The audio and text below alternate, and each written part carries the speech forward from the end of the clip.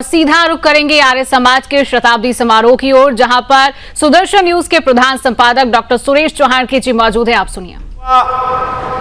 उनका वैसे परिचय यहाँ विधायक के रूप में दिया, लेकिन वो पाकिस्तान के भी पड़ोसी है, क्योंकि इनकी विधानसभा पाकिस्तान के सीमा पे आती है और उनकी गर्जना से सीमा पार के गद्दार भी बिलबिलाते हैं। ऐसे प्रतापपुरी जी इस मंच पर प्रकाश आर्य जी है, जिनके नेतृत्व में आयोजन हो रहा है। मेरा जिनसे परिचय है और पहले भी या आजकल सोशल मीडिया पर उनका काफी वीडियो वायरल हो रहे स्वामी संपूर्णानंद जी, अन्य मंच पर उपस्थित सभी वरिष्ठ संत व देश भर से विभिन्न प्रांतों के जो प्रतिनिधि यहाँ पर मंच पर है, उन सभी को साथ देश विदेश से इस सभागार में आए हुए व टीवी पर, डिजिटल मीडिया पर इस कार्यक्रम को सभी सुनने वालों को मेरा जय श्री राम। मैं 2018 में यहाँ पर आयोजित कार्यक्रम में भी आया था। मैं दिल्ली में 2003 में पहली बार आया और अभी सुदर्शन को 23 वर्ष हुए हैं। इन 23 वर्षों में जिहादियों के साथ लड़ने में किसी संगठन के वैचारिक सामर्थ्य का मुझे उपयोग हुआ तो उसमें आर्य समाज एक बड़ा नाम है। मैं ये हर बार कहता हूं। मैं संघ का स्वयंसेवक हूं, वो तो मेरा बेस है ही, लेकिन जब मैं उत्तर में आया तो तर्क के साथ इन अतर्कियों को अगर मुंह बंद करना है तो किनका साथ लेना चाहिए, कौन से पुस्तकें पढ़ने चाहिए, गेस्ट पैनल में कौन से लोग आने चाहिए, इस पर जब हम रिसर्च कर रहे थे तो मुझे आर्य समाज का नाम सबसे आगे मिला। और कल भी एक कटमुल्ला चुनौती दे रहा था, तो फिर उसने कहा कि कौन है जो इस्लाम पर, कुरान पर हमारे साथ बात करना चाहता है। तो हमने कल रात 8 बजे महेंद्र पाल आर्य जी और पूरे टीम के साथ एक शो किया था, जिसमें वो परास्त हो गया। मैं इसका उल्लेख इसलिए भी कर रहा हूं कि 150 वर्ष पहले जो ज्योति लगाई थी, जो आज सूर्य की भांति सब तरफ प्रकाशमान है, हमने अपना रुख कुछ बदलने की आवश्यकता है। वैसे तो सूर्य अस्त होता है ऐसा लोग कहते हैं, लेकिन भूगोल के दृष्टिकोण से कहा जाए तो सूर्य नहीं अस्त होता।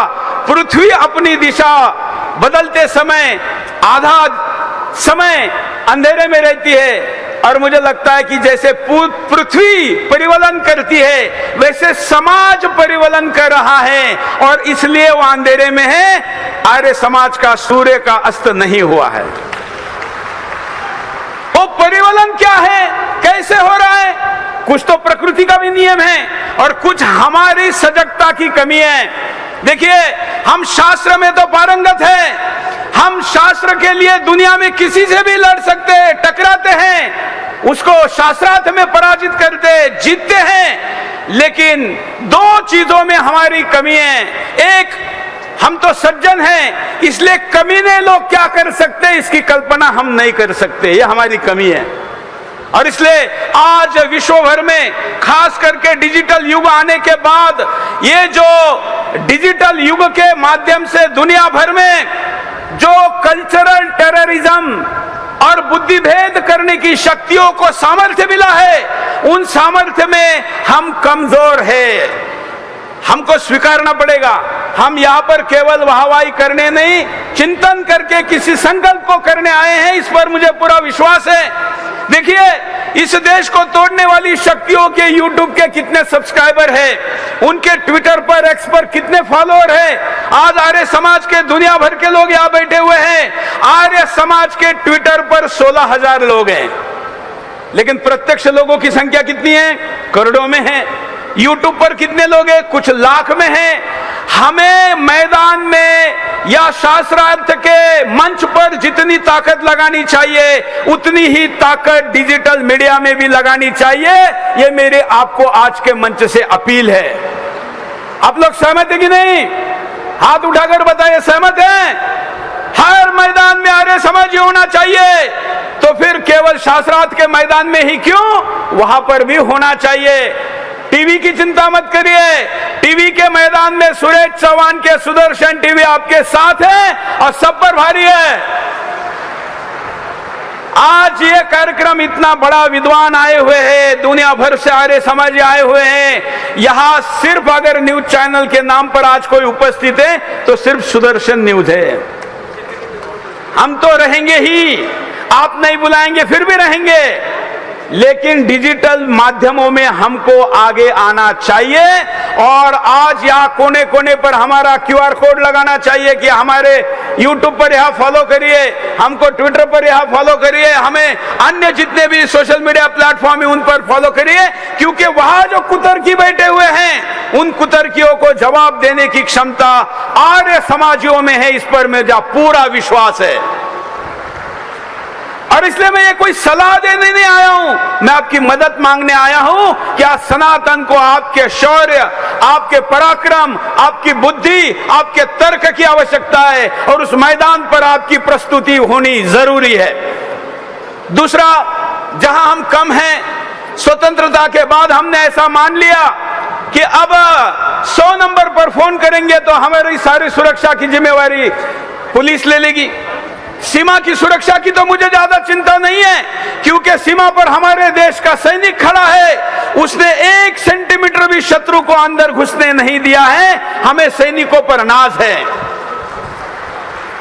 लेकिन मित्रों, पिछले 78 वर्षों में सीमा के अंदर जो पाकिस्तान बढ़ रहा है, उस पाकिस्तान की चिंता अगर इस पंडाल में बैठे हुए लोग नहीं करेंगे तो दूसरों को करने का विचार और समय नहीं है। सबको अपना करियर करना है, अपना पेट भरना है, सबको अपना उद्योग करना है, अपनी राजनीति करनी है। और इसलिए सीमा के उधर के पाकिस्तान से बड़ी चिंता सीमा के अंदर के पाकिस्तान की है और उसे लड़ने के लिए आर्य समाज ने नए तरीके से अपना विकराल और विराट रूप दिखाने की आवश्यकता है।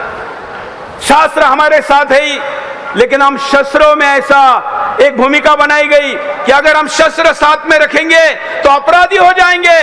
लेकिन मैं कहता हूं कि हमारा शस्त्र किसी के ऊपर अन्याय करने के लिए नहीं, अन्याय रोकने के लिए अगर हैं तो हम खलनायक नहीं, हम नायक हैं। मैं तो छत्रपति शिवाजी महाराज जी को फॉलो करने वाला एक सैनिक हूं, छोटा सा। मैं मानता हूं कि छत्रपति शिवाजी महाराज जी ने क्या किया, उस समय सारे राजा क्या करते थे, कहते कि धर्मशास्त्र में लिखा है सूर्यास्त के बाद युद्ध नहीं होगा, सूर्योदय के पहले नहीं होगा। लेकिन जो मुगल आए, जो आतताई आए, वो क्या करते थे, वो पीठ पीछे वार करने के लिए रात में हमला कर देते थे। तो शिवाजी महाराज जी ने कहा, अगर आपका दुश्मन मनुष्य नहीं है तो मनुष्य के शास्त्र का नियम उस पर लागू नहीं होता है। आज हमारा जो दुश्मन है, मानवता का दुश्मन है, वो मनुष्य है क्या? मैं आपको हाथ हिलाकर पूछ रहा हूं, हिंदू धर्म को, सनातन को समाप्त करने की संकल्प लेने वाला मदरसे में जो आतंकवादी बनाया जा रहा है, जिसमें आपको मुझे काफिर बनाया जा रहा है, क्या वो मनुष्य है या शैतान है? कौन है? तो क्या उससे आप मानवता के नियमों से लड़ सकते हैं? मदरसों से आज औरंगजेब निकल रहा है और हमारे विद्यालयों से पप्पू निकल रहे, तो कौन जीतेगा? मैं आर्य समाज के विद्यालयों की बात नहीं कर रहा हूं, क्योंकि वो तो बहुत अच्छा काम कर रहे हैं, लेकिन मैं हिंदुस्तान की शिक्षा व्यवस्था की बात कर रहा हूं। और इसलिए मित्रों, आज मैं, अभी तक मैंने कैसे इसकी घोषणा नहीं की है, आज मैं आपके 150 वर्ष के इस मंच से घोषणा कर रहा हूं कि मैं नासिक जिले में 150 एकड़ में, ये 150वां वर्ष है, एक गुरुकुल शुरू करने जा रहा हूं, एक विश्वविद्यालय शुरू करने जा रहा हूं। दोनों की सेंट्रल आइडिया शौर्य है, शौर्य। व्यवसाय हो, सरकारी नौकरी हो या कुछ ऐसी जिम्मेवारी हो तो सामने से मत दीजिए, पीछे से दीजिए। और अगर पीछे से भी साथ नहीं दे सकते तो कम से कम उसका विरोध मत करिए, ये अपील मैं करता हूं। आज हिंदू का दुश्मन जिहादी बाद में है, पहले हिंदू है। वो हिंदू ही कहता है कि अरे नहीं, हमें ये कट्टरता नहीं बोलनी चाहिए। मैं जो बोल रहा हूं ये किसी का विरोध नहीं है, ये मेरे धर्म के रक्षा का संकल्प है और वो मेरा अधिकार है, ऐसा मैं मानता हूं। के खिलाफ बोलोगे तो फिर तुमको छोड़ोगे नहीं। मैं अपने आर्य समाज के चिंतन से मैंने कुछ ऐसी बातें अपने चैनल पर लागू की, जिसमें से कई बातों को तो लोग सुनने से भी डरते, मंच पे बोलने नहीं देते। उसमें से एक बात यह है कि सुदर्शन चैनल पर अल्लाहू अकबर बोलने को प्रतिबंध है।